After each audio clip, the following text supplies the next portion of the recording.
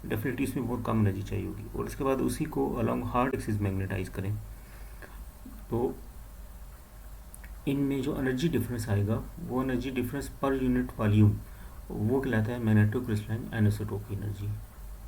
ठीक है, तो मैग्नेटोक्रिस्टलाइन एनिसोट्रॉपी एनर्जी ये basically energy per unit volume होती है, और ये difference of energy per unit volume होती है between easy axis and hard axis magnetize करने में। ठीक है, जैसे ये कर्व में कि इजी एक्सिस में मैग्नेटाइज करेंगे ये, और हार्ड एक्सिस में ये, तो इसका जो डिफरेंस आ जाएगा इनके, ये जो बेसिकली जो इसका एरिया आएगा बीच का ये वाला, ये एनिसोट्रॉपी एनर्जी आ जाएगी हमारे पास। ठीक है, अच्छा उसके बाद origin of magnetocrystalline anisotropy energy की ये क्यों होती है, इसकी रीज़न है बेसिकली स्पिन ऑर्बिट कपलिंग के। जब आप स्पिन ऑर्बिट कपलिंग ये कहता है कि spin of electron and orbital motion of electron ये कपल है दूसरे के साथ। तो जिस तरह देखें कि अगर ये इजी एक्सिस है, अगर ये इजी एक्सिस है, ये मैग्नेटाइज है मटेरियल इजी एक्सिस के अलोंग, तो इसमें ये ऑर्बिट्स की आपस में ये कपलिंग है और ये स्पिन अपवर्ड है। जब इसको हम इधर मैग्नेटाइज करेंगे ये नीचे अलोंग हार्ड एक्सिस, मतलब इस लेफ्ट साइड पे यहाँ से यहाँ इसमें स्विच करना है, तो उसके इसमें ये स्पिन, जो स्पिन ऑफ इलेक्ट्रॉन है the tends to align along the magnetic field mean towards the left side. तो अगर ये अलाइन करेंगे तो ये स्पिन और ऑर्बिट ये आपस में कपल है, मीन के अगर ये लेफ्ट को टर्न करती है स्पिन, तो ये ऑर्बिट भी वर्टिकल की तरफ मूव करेगा due to spin orbit coupling. तो अगर ये मूव करेगा तो इसमें फिर ये ऑर्बिट जो है ये बाकी ऑर्बिट्स की फील्ड के अंदर है, तो उसको फील्ड को ओवरकम करने के लिए आपको ज़्यादा एनर्जी देनी पड़ेगी ताकि ये जब यहाँ से यहाँ टर्न करे।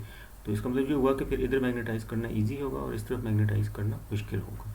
सो ये इजी एक्सिस बन जाएगा उस मटेरियल का, और ये उसका हार्ड एक्सिस बन जाएगा, और इसके बीच में कहीं करेंगे तो वो इंटरमीडिएट एक्सिस को ही आ जाएगा। जितना आप इजी से हार्ड की तरफ आते जाएंगे आपको ज़्यादा एनर्जी देनी पड़ेगी। और स्पिन ऑर्बिट कपलिंग जो है वो it depends upon atomic number of element, और उसके एटॉमिक नंबर Z⁴ के प्रोपोर्शनल है। इसका मतलब है कि जो स्मॉल एलिमेंट्स हैं उनमें स्पिन ऑर्बिट कपलिंग वीक है, और जो लार्जर हैं उनमें जो वो स्ट्रांग होती है। इसलिए जो मैग्नेटिक एनिसोट्रॉपी होगी फिर वो जो स्मॉल मटेरियल्स हैं उनमें वो इतनी वीक होगी, स्ट्रांग नहीं होगी, क्योंकि उसमें स्प्रिंग ऑर्बिट कपलिंग वीक है। अच्छा उसके बाद there are two types of magnetocrystalline anisotropy energy. उसकी मैग्नेटोक्रिस्टलाइन एनिसोट्रॉपी एनर्जी की आगे दो टाइप्स हैं, एक क्यूबिक एनिसोट्रॉपी और एक हेक्सागोनल। क्यूबिक एनिसोट्रॉपी ये क्यूबिक सिस्टम में होती है, अभी हमें देखा कि अगर इसको मैं क्यूबिक सिस्टम में इसको इधर मैग्नेटाइज करूँ, ठीक है, इसकी मैग्नेटाइजेशन इधर है m, और इसका जो मैग्नेटाइजेशन का x एक्सिस के साथ एंगल α1, y के साथ α2 और z के साथ α3 ये एंगल है। तो इसमें जो एनिसोट्रॉपी एनर्जी आएगी E, ये बेसिकली पर यूनिट वॉल्यूम होती है। E = K1 α1 square α2 square plus α2 square α3 square plus α3 square α1 square, where α1 α2 are here these are direction cosines, और plus K2 α1 square α2 square α3 square. ये बनती है anisotropy energy for cubic system. अब इसमें K1 और K2, ये जो है K1 और K2 these are anisotropy constant, और एनिसोट्रॉपी कांस्टेंट, और ये डिपेंड करते हैं कि ये मटेरियल कौन सा है, उसकी बॉन्डिंग कौन सी है, और स्ट्रक्चर पे डिपेंड करते हैं इसमें। जैसे K1 की जो टिपिकल वैल्यूज़ हैं वो है 4.2 10⁵ अर्ग पर सेंटीमीटर क्यूब, ये आयरन के लिए एग्जाम्पल, बाकी भी इसी के रेंज में लाई करती हैं। और K2 की वैल्यू 1.5 10⁵। अच्छा अब इस एक्सप्रेशन को थोड़ा हम सिंप्लीफाई कर सकते हैं।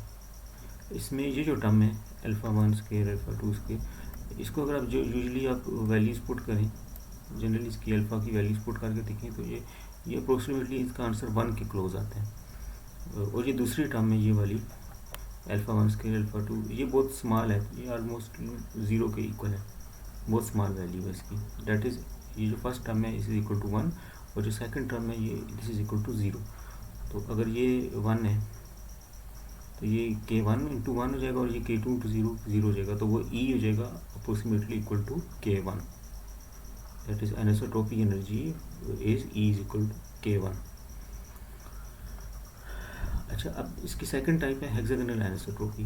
हेक्सागोनल एनिसोट्रॉपी ये HCP स्ट्रक्चर मटेरियल्स में होती है, जिनमें हेक्सागोनल क्लोज पैक स्ट्रक्चर होता है, और इसमें जो C एक्सिस है इन मटेरियल्स में, usually C axis is easy axis, ये जो C एक्सिस होता है ये वाला, दिस इज इजी एक्सिस, और ये जो परपेंडिकुलर इसका ये वाला इधर आएगा, इधर या इधर इसके परपेंडिकुलर, वो हार्ड एक्सिस है।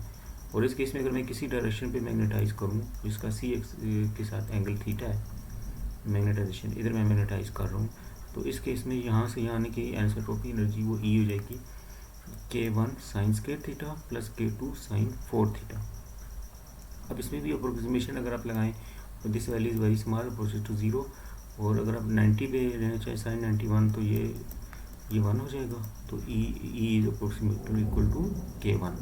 तो ये दोनों को अगर आप अप्रोक्सीमेशन से देखें तो दोनों वैल्यू जो है वो K1 की कहलाती है, where K is anisotropic constant of that material, वो डिपेंड करता है इसकी पर्टिकुलर स्ट्रक्चर पे और बॉन्डिंग वगैरह पे।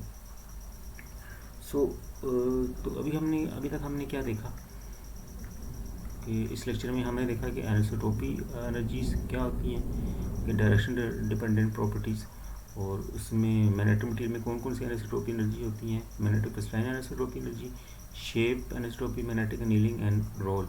तो अभी हमने जो है वो आज हमने किया है मैग्नेटिक क्रिस्टलाइन एनिसोट्रोपी, आज सिर्फ ये किया। अभी इसमें आगे इसकी दो टाइप्स हैं, क्यूबिक एनिसोट्रोपी और हेक्सागोनल एनिसोट्रोपी, और उसका हमने देखा है कि इसका ये ओरिजिन क्या होता है, और इजी एक्सिस क्या होता है, हार्ड एक्सिस क्या होता है। इजी एक्सिस और हार्ड एक्सिस ये तमाम एनिसोट्रोपीज़ के लिए यूज़ होता है, सिर्फ इसके लिए नहीं है। मैंने जितनी भी एनिसोट्रोपीज़ एनर्जीज हैं सब के लिए इजी एक्सिस और हार्ड एक्सिस होगा। नेक्स्ट हम देखेंगे शेप एनिसोट्रोपी नेक्स्ट क्लास में। Thank you.